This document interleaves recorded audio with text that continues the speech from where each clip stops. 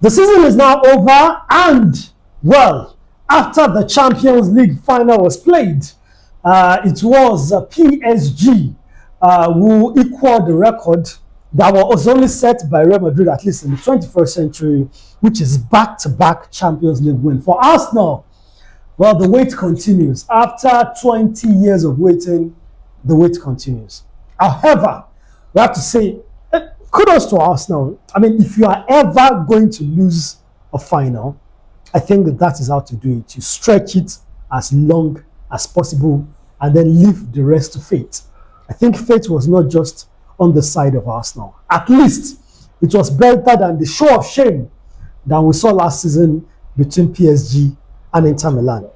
That being said, let's break down how Arsenal got to lose this game. Today, it felt like Mikel Arteta did almost everything right. I'm telling you. Starting Campbell on the left instead of Calafiori. We said it that Calafiori did not have the solidity defensively and also the calmness, yes, to deal with a player like Dembele and other fleet-footed players. He will get a yellow card and probably be in danger of a red card very early in the game. So he had to use somebody who will be tough and still be tactical. Campbell came in. He couldn't risk Timber. Starting Timber. It was not fully fit. Started Musquera. Musquera gave a good game. Yes, it was solid. In the midfield, he trusted Luis Kelly. Most of us said maybe he shouldn't, but then he trusted Luis Kelly. We said that Skelly and Rice we're likely to start. And Skelly gave a good game. There were some drives that he made. It was amazing. Yes. But the most important part of it was starting Kai Havertz. I mean, even when we're arranging our starting level here, we said Gyökeres. Like so he did what he was supposed to do. I said in the preview that it was Gyökeres' performance against Atletico that was making me have the doubt. I know Arteta really has so much faith and trust in Kai Havertz in matches like that.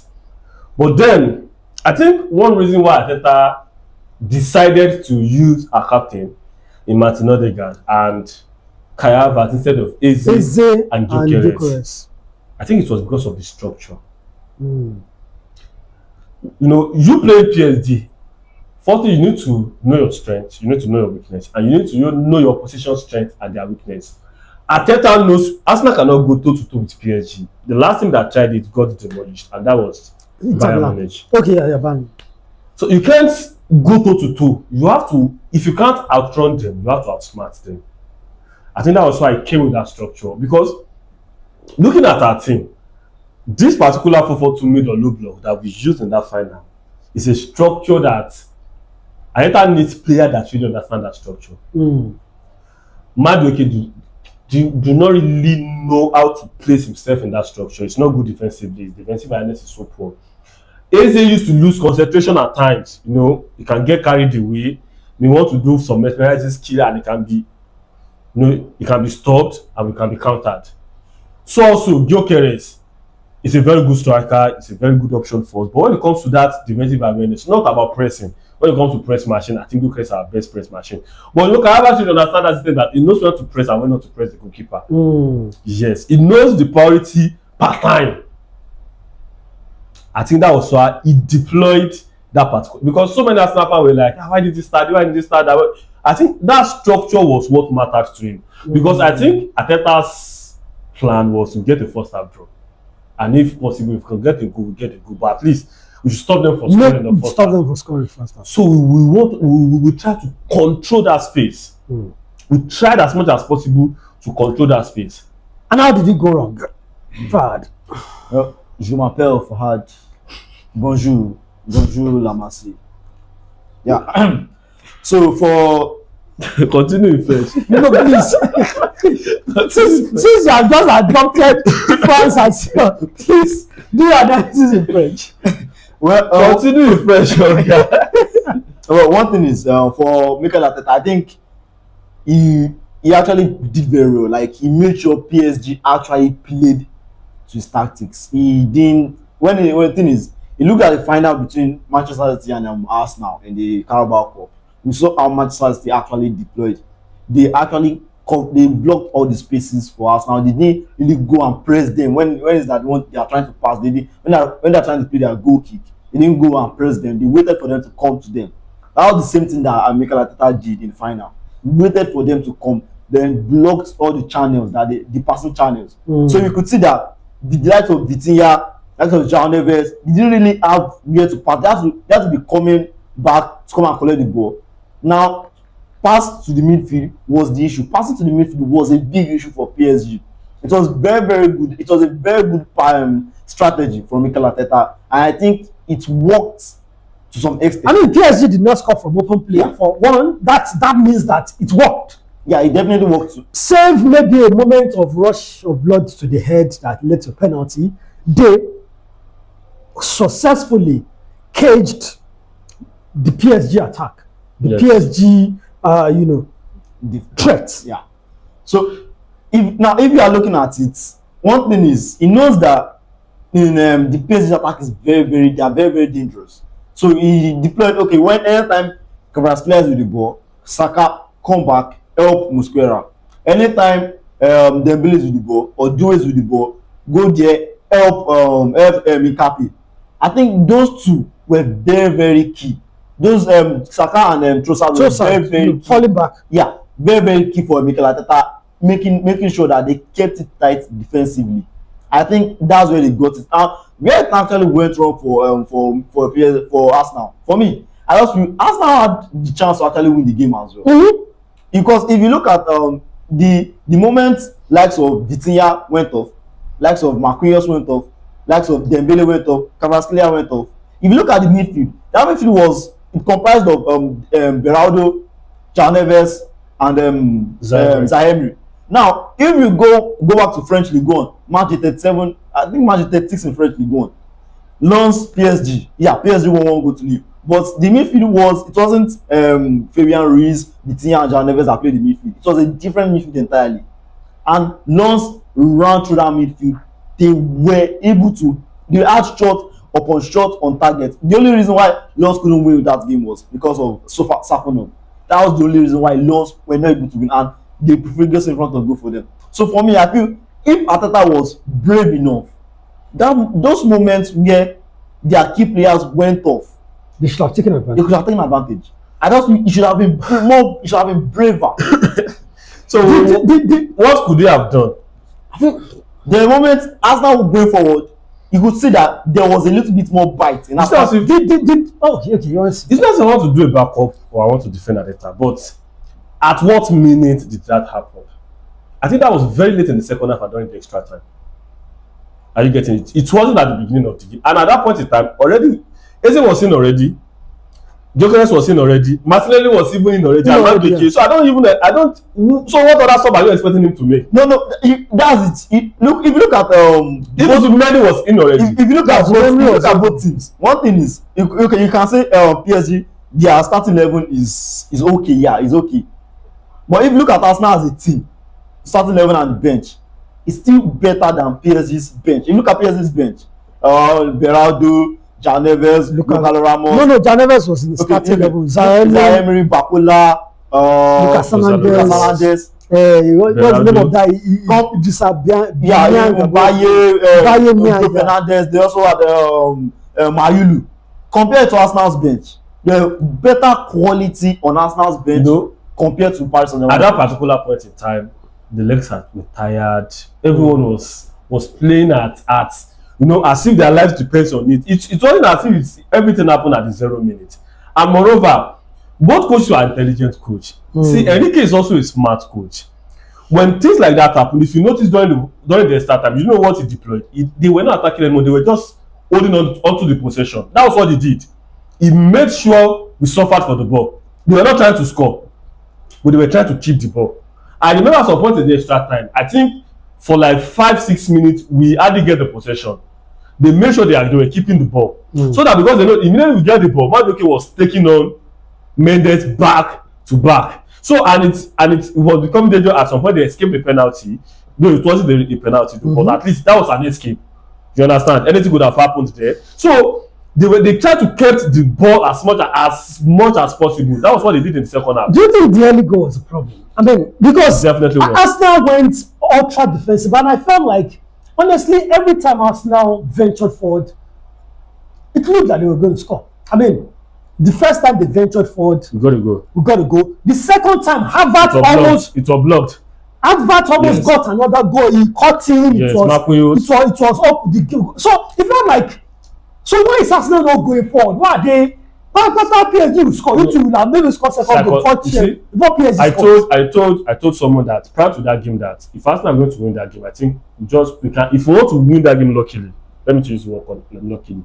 We need a 9-minute goal and seal the win. And the person was telling me we can score an early goal and defending PSG for a whole 90 minutes after an early. I mean, just Arsenal got a goal in the 8th minute. It was 5th minute there. So 15 minutes, yeah. Now, so why to defend for 85? Psychologically, in a final match, we've all been watching football. If you score like that in a final match, what will be in your mind is to defend your goal and try to score on the counter. And maybe if that Havertz goal, if that Havertz shot that was blocked, the match would have been over. I'm telling you, because it won't be easy for PSG to equalize to get 2 goals. So it would have been. So psychologically, if you score at that minute in a final, there's no second leg.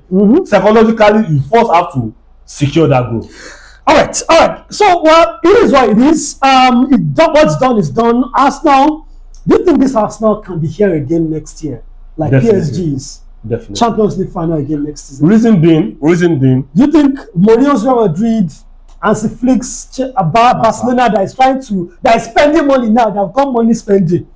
You know, Barcelona's Flick, who else is back? Bayern Munich. Company is going to be trying again because I feel like company will not be seen as anything special until he has gotten the Champions League. Bundesliga is like the normal for every Bayern Munich coach. Yeah. So company is going to be trying again with all his heart, and let's not forget that Manchester United is back. So all this, aside from Manchester United, all these things. So it feels like next season will be more competitive than this season. This season was competitive. Arsenal can be back. This season was competitive. But Real Madrid were not at their best. We don't know what this season I feel like Chelsea were lucky. Let me ask you this question. If Arsenal was in PSG's half of the draw, do you think they have qualified to final? If they were the ones who bet Manchester City, Bayern Munich. I like your question. I think this was some of the things Arteta knew. That was why he focused on becoming the top of the table. You know, we were saying it that even when he wanted to play Inter, he needed a draw, and he still proved. And then if you are top of the table, you get to play the second leg at home, which helped. Yes. Because most of the games, he had all of these things in his plans already. That okay, the easiest way to a Champions League final is to top that table. Yes, is to top that table, and he made sure he topped that table. So, and it worked because at least up to that final we were unbeaten. Even though we were still unbeaten, we were not. In fact, you finished the tournament unbeaten. So, and I think it worked for him. So now, the reason why I'm sure, no, not so sure, because football is football, that we'll still get a next season is under Mikel Arteta. I think since 2022, it has always been upward and forward. From quarter final in the Champions League to the semi-final to the final. So next even in the league, second, first. So I believe, and let's not forget, our squad is still as strong as it can be, and we still have the financial power to strengthen our squad. So we know some of the weakness we have this season. It's very obvious, even to a layman, and we are working on strengthening those weaknesses. Our left wing, we need recruitment. Then we all know probably we need a maestro in the midfield. So if you know, imagine us now have a player like Kvaratskhelia on our left wing. Saka Madueke is still on the right. We still have a striker like Gyökeres. We have an attacking midfielder like the likes of Mogarojas who are trying to sign and Ibri Chieze. And our midfield is still as it is. Believe me, we may go out to with PSG. Are you getting it? So we have the financial strength to strengthen our team. And looking at the PSG that was our position, I don't think, aside from their center defense and probably their goalkeeper, I don't think there's any player in the world right now, aside from some Arsenal players, that's capable of going to that team and entering that team's first 11. All right, you just talk about first 11. Let's talk about the UEFA team of the season. It has been released. after the Champions League final. So in goal, I mean, no other Than person. Savinov tried, but then definitely is Raya is Raya. right back though. We have Marcus I mean, Llorente. he's not even a natural right back unless maybe he has suddenly become that. But Marcus Llorente of Atletico de Madrid have been made the best right back ahead of the likes of Hakimi, ahead of the likes of Jure Timber, who, you know, until the final almost started every major Arsenal game in the Champions League. I mean, do you think? I think for Marcus Llorente, and I would have gone with Hakimi as my right back. Honestly, I would have gone with Hakimi. But Llorente wasn't bad. It wasn't bad for Atletico Madrid. But still, I would have gone with Hakimi as my right back. Left back Mendes, I don't think there's. I don't think there's an issue. And centre back, once again, it feels like Saliba is underappreciated. I'm telling you. Yeah, Marquinhos is the old war horse who eventually won the title. There has to be a Leader. a PSG defender, you know. But no offense, I think it should have been the other way around. I would have picked Saliba Pacho instead of Gabriel Marquinhos. I can understand your Pacho sentiments. Pacho, no yellow card. How about Saliba sentiment? Pacho, no yellow card. No yellow card in the ball. No yellow card in Champions League. So I can understand. And he's the better of the two defenders. Yeah, he's been solid since he left Frankfurt for PSG. But then, I still believe that I think or maybe Gabriel Pacho. But I feel like Saliba. I believe it should be Saliba Gabriel. Not because aside from Pacho deserves a place in this. He tried to at the same time, but Even if you're talking about if we're talking about defense, what's the priority of the defense is to protect your goal post. Okay? And Pacho did that very well. I know I'm not arguing the fact, but based on statistics, how many goals did we concede? The fact that Raya is there, the fact that Gabriel is there, can also make Saliba to be there. See, with due respect to Pacho and Marquinhos, they are playing for the best team in Europe right now, and they are one of the best defenders in Europe right now. But if you're talking about the best team in Europe this season, I think it has to be Arsenal. And I think if you're talking about the best team, you can't only pick a defender from the best team in Europe as your UEFA Champions League team of the season level. So when you look at the back four, only Gabriel. Yes, only Gabriel. So you can't tell me only Gabriel. And this is Arsenal who only consider what? How many goals? 4 open play goals, 1 penalty. So they can't tell me just Gabriel. So are you telling me Saliba is not as good as Marquinhos? Even let's talk about PSG against Bayern Munich. That's why I said to remove Marquinhos, put Pacho. Maybe there will have been a conversation about Pacho versus Saliba. So, but I believe, I don't know. Maybe they don't want the team to just be Arsenal PSG's 11. I mean, at the end of the day, only 3 Arsenal players made it to the team, which I feel doesn't do. Well, I think it does justice. I didn't see any 4 player for Arsenal national team. But let's continue. Midfield is a 4-4-2 formation. Yeah. Rice and Vitinha. Yeah. No questions. No questions about that. Rice and Vitinha, definitely. Okay. This is why I thought maybe I can't also fault them, but maybe I would have gone another way. Olise at right wing. Yeah, for me, Olise. Varaskelia at left wing. Yes. Okay, when I make my point, we'll come back to it. And then Dembele and Harry Kane. And so many persons have said that Kylian Mbappe is the highest goal scorer in the Champions League this season. Why is he not in the lineup? As painfully as it would have been, Ballon d'Or winner and everything, I was taking out Dembele and put Mbappe. That's what I was going to say. I would have taken out Dembele. I think it's the name. When you talk about the impact and the clutch moment, the stop penalty in the final. I'm telling you, that's why I'm happy. I was really, really happy when the next announcement came after the team, and it was Varaskelia, player of the season. Yes. Because if they had gone Dembele again, I would have probably be carrying placards and saying, please, justice for Varaskelia. What must Varaskelia do to get some attention, some recognition?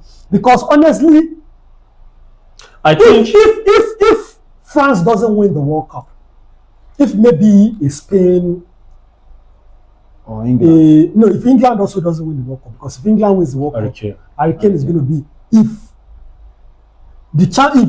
Ballon d'Or is going to be picked based on the Champions League, like it's not a World Cup here, maybe Norway wins the World Cup, for example, I think I'll be pushing for Kvaratskhelia. I think when we talk about a player that pushed His team, yeah. PSG this season to the brink, The knockout game. over the line, It was brilliant. It was. I think Kvaratskhelia was the best player in the PSG team this season. So I don't see why Dembele was injured for.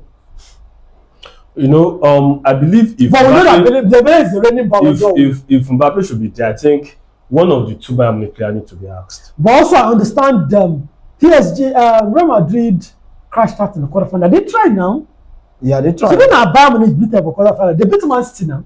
So I believe wait. either Olise or Harry Kane would have been asked. I don't think you should, even if you want to remove someone, you should probably Only say, okay, Yeah, that's what I said. Put Dembele on the right and put Mbappe. So that's why I said either of those two Bayern Munich players. No, you can't. You can't remove Harry Kane. No, I Harry Kane just is like the second highest goal scorer in the Champions League. Good. So then Olise then. For me, I'll still have gone with Dembele. Dembele, I'll take No, Dembele I'll out. have taken Dembele out. Yeah. The Champions League winner, the clutch moment was there, the Ballon d'Or that, you know.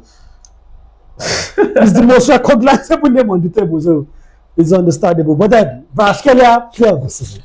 Yeah, definitely. I think he's deserved it. He's been clutch for Paris Saint-Germain this. Even at Arsenal win the Champions League, will still be Kvaratskhelia, So. absolutely. Well, and that's it. The Champions League final, with PSG emerging as the champions, signals the end of the 2025-2026 club season. And so it's all over. Congratulations to the winners, of course. Better luck next season. This But year's still- winner is PSG. Next year's winner will be Arsenal now. Manchester United. Oh, to all Arsenal fans, thank you. Please, we are not a loser this season. We won already. Please don't let any 10th position team make you feel as if you are losing already. Please, you see what happened in our parade yesterday. All football fans. Please, Arsenal was a success this season. Everything was according to the plan. All Thank you very football much. fans. Au revoir. Au revoir. Up next is the FIFA World Cup.